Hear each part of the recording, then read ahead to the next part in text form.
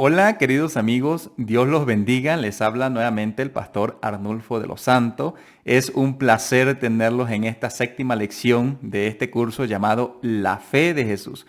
Hoy vamos a estudiar un tema muy importante para nuestras vidas que lleva por título Lo que la Biblia enseña acerca de la salvación. Así que quiero invitarte para que traigas tu Biblia y juntos podamos dar respuesta a 7 cuestionamientos sobre la salvación. Vamos a iniciar con nuestra primera pregunta que dice, ¿cuál es la consecuencia final del pecado? La respuesta a esta pregunta la podemos encontrar en Romanos 5:12 que dice, por tanto, como el pecado entró en el mundo por un hombre y por el pecado la muerte, así la muerte pasó a todos los hombres por cuanto todos pecaron. La respuesta a esta pregunta que nos dice cuál es la consecuencia final del pecado es la muerte. Esa sería la consecuencia final del pecado. Y fíjense que el versículo nos dice que el pecado entró en el mundo por un hombre y por el pecado la muerte. O sea, Adán cometió pecado y ese pecado se transfirió a toda la raza humana. Pero es importante recalcar que así como el pecado entró por un solo hombre, también el pecado tiene la solución por medio de un solo hombre, Cristo Jesús. Y si tú confías en Cristo Jesús, el Señor puede librarte de tu pecado. Vamos con la pregunta número 2 que dice, ¿puede el hombre resolver el problema del pecado? La respuesta la podemos encontrar en Jeremías 2:22, que dice, el Señor Jehová dice, aunque te laves con lejía y amontones jabón sobre ti, la mancha de tu pecado permanecerá delante de mí.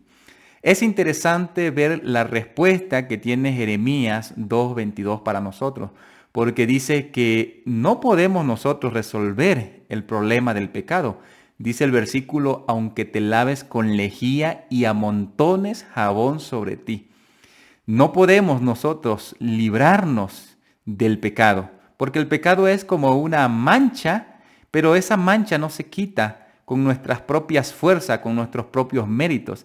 Es evidente que necesitamos de alguien más poderoso que nosotros y ese alguien es Cristo Jesús. Si nosotros confiamos en Él, si ponemos nuestras cargas, nuestras penas en sus manos, estoy seguro que Él nos va a liberar de esa mancha de pecado que hemos acarreado durante muchos años en nuestras vidas. Pero tenemos que ir a Él con fe y confiar en que Él podrá librarnos de nuestros pecados. Vamos con la pregunta número 3 que dice, ¿qué provisión hizo Dios para salvar al hombre? Y bueno, la respuesta la tenemos en un versículo muy conocido que es Juan 3:16, que dice, porque de tal manera amó Dios al mundo que ha dado a su Hijo unigénito para que todo aquel que en Él cree no se pierda, mas tenga vida eterna. Queridos amigos, qué maravillosa promesa encontramos aquí en Juan 3:16. Pero quiero también decirles que esa promesa no es para todo. Claramente el versículo dice, para todo aquel que en Él cree. O sea, la promesa de Cristo Jesús es para todo aquel que confía en Cristo Jesús. Para los que no confían en Cristo Jesús, esta promesa no puede hacerse realidad en sus vidas. Es necesario confiar en Cristo Jesús y en su providencia. Vamos con la pregunta número 4 que dice, ¿cómo describió Jesús su misión? Vamos a ver qué nos dice San Lucas 19:10. Porque el Hijo del Hombre ha venido a buscar y a salvar lo que se había perdido. Qué maravilloso versículo. El Hijo del Hombre es también el Hijo de Dios. Recordemos que Jesús cuando vino a esta tierra se revistió también con la naturaleza humana. Él tenía dos naturalezas, tanto divina y humana. Así que el versículo dice aquí, Hijo del Hombre. Es evidente que Cristo también vino y vivió una vida como la hemos vivido cada uno de nosotros. Él vivió y también fue tentado como lo hemos sido nosotros. Prácticamente cuando estuvo aquí en esta tierra, lo hizo como lo hacemos nosotros, viviendo con problemas, viviendo con necesidades y también sufriendo la tentación de Satanás. Recordemos que él fue tentado en el desierto por Satanás, pues el Señor nos comprende claramente porque Él ha vivido lo que nosotros hemos vivido aquí en esta tierra. Él ha sufrido lo que tú y yo hemos sufrido.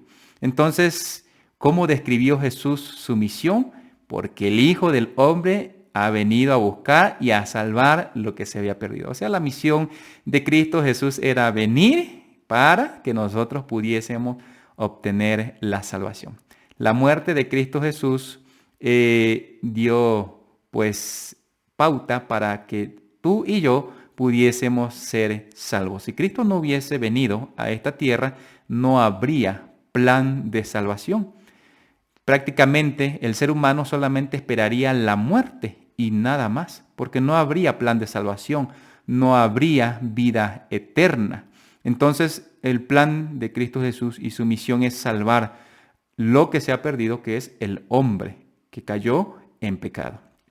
Vamos con la pregunta número 5 que dice, ¿cometió Jesús algún pecado? Fíjense qué interesante esta pregunta. Algunas personas dicen que Jesús cometió pecado, pero es que si Jesús hubiese cometido pecado, el plan de salvación hubiese sido echado por tierra. Si Jesús hubiese transgredido la ley, Jesús hubiese regresado al cielo y el plan de salvación se hubiese truncado, hubiese quedado inconcluso.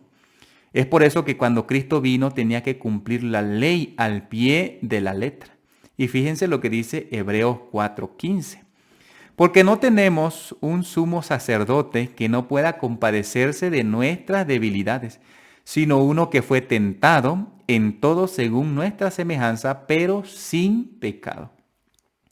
Claramente las Sagradas Escrituras nos declaran que Jesús no cometió ningún pecado. A pesar de que tenía la naturaleza humana, Jesús no cometió ningún pecado. Recuerden que en la lección anterior habíamos estudiado que el pecado era transgresión de la ley y Cristo no violó la ley de Dios.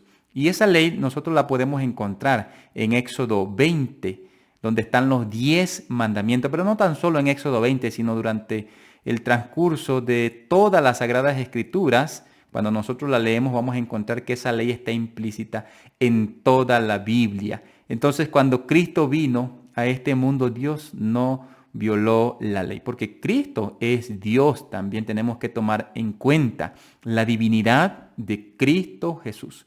Así que Cristo no violó la ley. Recordemos que el primer mandamiento dice, no tendrás otros dioses ajenos delante de mí. Cristo no tenía otros dioses ajenos, nunca se hizo dioses ajenos. El segundo mandamiento que podemos encontrar en Éxodo 20 es, no te harás imagen. Y Cristo no tuvo ninguna imagen ni se hizo imagen de nada para que no cayera en pecado. Sin embargo, muchas personas en la actualidad hacen imágenes y aunque el problema no son las imágenes, el problema está en que esas imágenes son piedra de tropiezo para la humanidad.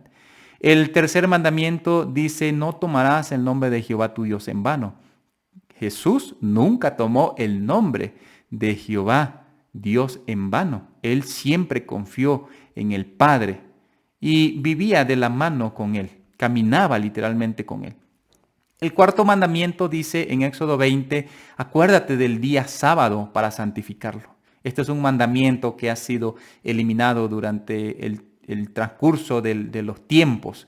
Sin embargo, Cristo Jesús cada sábado acudía a la sinagoga. Estos primeros 4 mandamientos que acabo de mencionar están dirigidos hacia Dios. Y si nosotros amamos a Dios, vamos a guardar esos 4 primeros mandamientos. Los otros 6 mandamientos están dirigidos hacia el prójimo. Honra a tu padre y a tu madre, no matarás, no cometerás adulterio, no hurtarás, no codiciarás, ¿verdad? Todos estos mandamientos Y estos últimos mandamientos están dirigidos hacia el prójimo. Y Cristo guardó cada uno de estos mandamientos. Por lo tanto, Cristo no cometió pecado. Porque si hubiese transgredido uno de estos mandamientos, el plan de salvación hubiese sido echado por tierra y usted y yo no podríamos ya esperar ser salvos. Queridos amigos, vamos con la pregunta número 6. Dice, ¿cómo pagó Jesús nuestra deuda? Qué interesante ese versículo. Voy a poner toda la pantalla para que podamos ver. Y dice Isaías 53, 3, 7. Despreciado y desechado entre los hombres, varón de dolores, experimentado en quebrantos. Y como que escondimos de él el rostro, fue menospreciado y no le estimamos. Ciertamente llevó él nuestras enfermedades y sufrió nuestros dolores, y nosotros le tuvimos por azotado, por herido de Dios y abatido. Mas él herido fue por nuestras rebeliones, molido por nuestros pecados. El castigo de nuestra paz fue sobre él, y por su llaga fuimos nosotros curados. Todos nosotros nos descarriamos, como ovejas, cada cual se apartó por su camino. Mas Jehová cargó en él el pecado de todos nosotros. Angustiado él y afligido, no abrió su boca, como cordero fue llevado al matadero, y como oveja delante de sus trasquiladores, enmudeció y no abrió su boca. Queridos amigos, qué interesante es este versículo. En este versículo de Isaías 53, 3, 7, nosotros podemos comprender todo lo que vivió Cristo Jesús por nuestros pecados. Fue angustiado, fue afligido y no abrió su boca. Fue como un cordero llevado al matadero. ¿Saben ustedes que a Cristo Jesús se le ha comparado como un cordero? Porque literalmente los corderos son animales nobles y cuando se les está dando muerte no se quejan como otros animalitos. Sin embargo, aquí podemos ver que Cristo fue como un cordero, fue llevado al matadero. Y todo eso fue por nuestros pecados, por nuestras transgresiones, para que nosotros podamos obtener la salvación. Recordemos que habíamos estudiado que la paga del pecado es la muerte, pero Cristo ya pagó nuestra deuda con su muerte en la cruz del Calvario. Por lo tanto, queridos amigos, acepta este gran sacrificio del Hijo de Dios. Vamos con nuestra última pregunta que dice, ¿qué acto da evidencia de nuestra salvación? Primera de Corintios 15:20 dice, mas ahora Cristo ha resucitado de los muertos, primicia de los que durmieron. Es hecho. Porque por cuanto la muerte entró por un hombre, también por un hombre la resurrección de los muertos. Porque así como en Adán todos mueren, también en Cristo todos serán vivificados. Qué maravillosa promesa nos da las Sagradas Escrituras, queridos amigos, porque el acto que da evidencia de nuestra salvación es la resurrección de Cristo Jesús. Si Cristo Jesús salió victorioso de la muerte, también tú y yo podemos salir victoriosos de la muerte. Y fíjense que el versículo nos dice, porque por cuanto la muerte entró por un hombre, o sea, por Adán, también por un hombre, o sea, Cristo Jesús, la resurrección de todos los muertos. Queridos amigos, abracen esta promesa y hagan la suya, porque si nosotros creemos, vamos a ser pues redimidos por Cristo Jesús. Y si morimos antes de que Cristo venga, tendremos la esperanza de que seremos resucitados para vida eterna. Esta es una maravillosa promesa que debemos abrazar en nuestras vidas. Y bueno, esta ha sido la última pregunta a la cual hemos dado respuesta. Todavía quedan algunas otras que son para ustedes. La primera dice, ¿qué debo de hacer? Esta pregunta, como en cada lección, yo les digo, háganla personal. Ahora que conocen el gran sacrificio de Cristo Jesús, lo que Cristo Jesús vino a hacer por nosotros y sobre todo lo que vino a hacer para librarnos del pecado, es interesante que nosotros debamos comprender y debamos hacernos esta pregunta hacia nosotros mismos. ¿Qué debo hacer? Entonces, bueno, hay algunas cosas que debemos hacer. Número 1, creer en Jesús. Hechos 16:30 dice, y sacándolos, les dijo, señores, ¿qué debo hacer para ser salvo? Ellos dijeron, cree en el Señor Jesús y serás salvo tú y tu casa. Entonces, lo primero que debemos hacer ahora que conocemos el gran sacrificio de Cristo Jesús en la cruz del Calvario es creer en Él, o sea, en Jesús. ¿Qué más podemos hacer? Aceptarlo como mi único Salvador. Hechos 4:12 dice, en ningún